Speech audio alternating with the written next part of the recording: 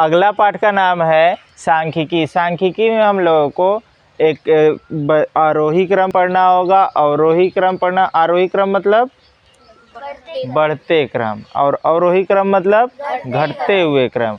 और एक पढ़ना होगा टैली चिन्ह से संबंधित। तो सबसे पहले हम लोगों को मिलेगा आरोही और अवरोही क्रम।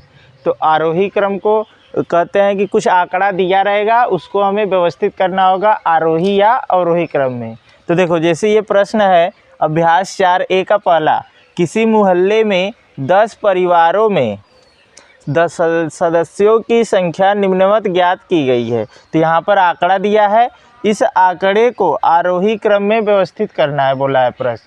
तो आंकड़ों को अगर आरोही क्रम में व्यवस्थित करेंगे तो हल करते वक्त यहाँ पर लिखेंगे आरोही क्रम।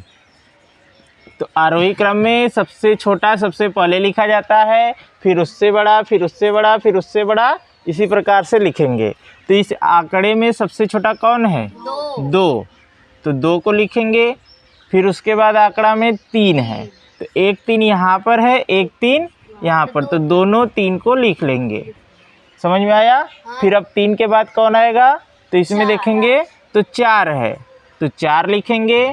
फिर उसके बाद 4, एक ही 4 है, फिर उसके बाद 5, फिर 2 6 है, एक यहाँ पर और एक यहाँ पर, तो दोनों 6 लिख लेंगे। फिर उसके बाद 7, फिर 8 है इसमें यहाँ पर, तो 8 लिखेंगे। फिर उसके बाद 9। तो ये आंकड़ा जो प्राप्त हुआ हमें, ये क्या है? आरोही क्रम में व्यवस्थित है। आरोही मतलब बढ़ता हुआ क्रम। समझ में आया? अगर यही अवरोही का था तब क्या करते?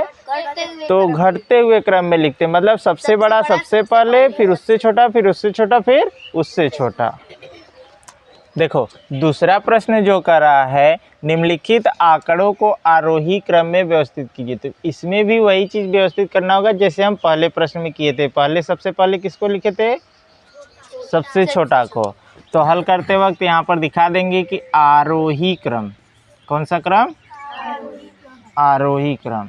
आरोही क्रम को ही क्या बोलते हैं? बढ़ता हुआ क्रम। तो इसमें सबसे छोटा कौन है? तो 4 से पहले देखेंगे तो 2 भी है कि नहीं?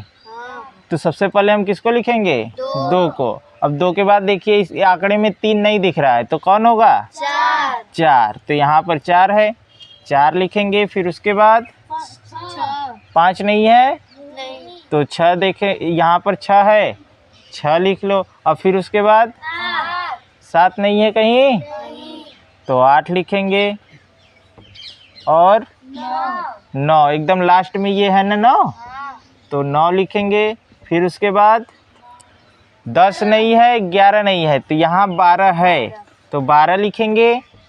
फिर उसके बाद 12 के बाद 22, फिर उसके बाद 23, फिर उसके बाद 24, फिर 25 है, हाँ यहाँ पर है,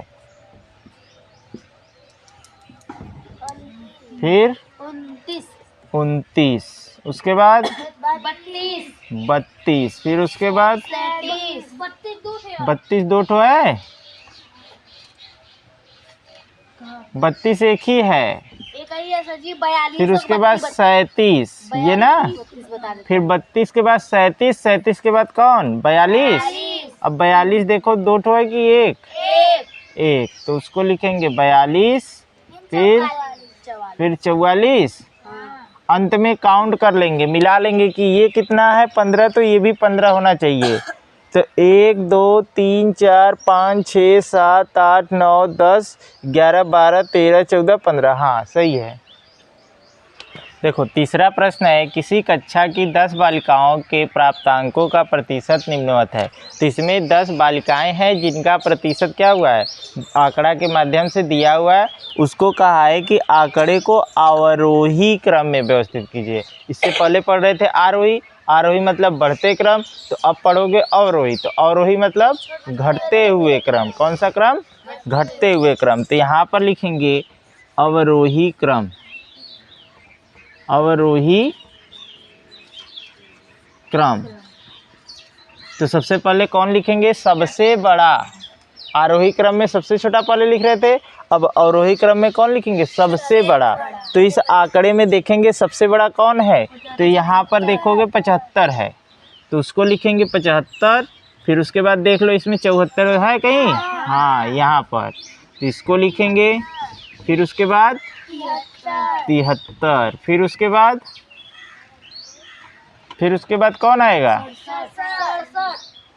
67, फिर उसके बाद 62, फिर उसके बाद 61, फिर उसके बाद बताओ 57, हाँ 57, फिर 55, फिर 42, फिर 35, 33। यही है, ये कौन सा क्रम कहलाएगा? क्यों? क्योंकि सबसे बड़ा पहले, फिर उससे छोटा, फिर उससे छोटा, फिर उससे छोटा। देखो अगला प्रश्न जो है, एक ग्राम सभा में मनरेगा योजना के अंतर्गत 20 व्यक्तियों द्वारा एक माह में किए गए कार्य के दिन की संख्या प्रति व्यक्ति निम्नवत है। इन आंकड़ों को अवरोही क्रम में लिखिए। किस क्रम में लिखना है? और कितने व्यक्तियों ने 10 दिन से कम काम किए, ये भी प्रश्न है। तो सबसे पहले हम आंकड़ों को किस क्रम में लिखेंगे? अवरोही। तो अवरोही क्रम में लिखने के लिए सबसे बड़ा को पहले लिखेंगे, फिर उसके बाद उससे छोटा। तो इसमें देखो सबसे बड़ा अंक कौन है? तो इसमें देखो 25 सबसे बड़ा है। कौन सबसे बड़ा है? 25। फिर उसके बाद 24, फिर उसके बाद 21 है ना, फिर उसके बाद 19 है, हाँ, फिर उसके बाद 17 है कहीं, हाँ 17 है, फिर उसके बाद 16 है, फिर 15 है, फिर 12 का ठो है, 3 ठो, तो 3 बार 12 लिखेंगे, 1 2 3। फिर उसके बाद 11 का ठो, 2 ठो, तो 2 बार 11 लिखेंगे। फिर उसके बाद 8 का ठो, 9 भी है। 9 पहले देखो कितना है इसमें, 1 2, तो यहाँ पर लिखोगे 9 9। फिर उसके बाद 8 3 ठो है, तो 8 3 ठो लिख लो।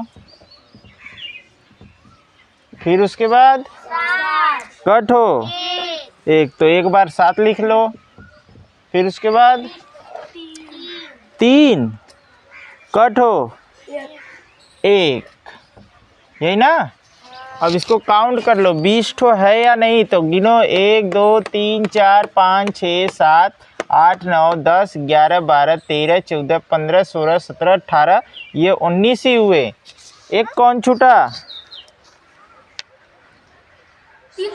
देखो 16 2 ठो है, 16 का ठो है, तो यहाँ पर हम 16 का ठो लिखेंगे, 2 ठो। फिर उसके बाद 15। अब सही है आंकड़ा 20 ठो हो गया ना। अब इसमें प्रश्न कहा है कि 10 दिन से कम काम करने वाले, तो 10 दिन से कम करने वाले देखो, ये 9 ये 9 ये 8 ये 8 ये 7 और ये 3, तो कितने लोग 10 दिन से कम काम किए? 1 2 3 4 5 6 7, 7 व्यक्ति ऐसे हैं जो 10 दिन से कम काम किए हैं। समझ में आया?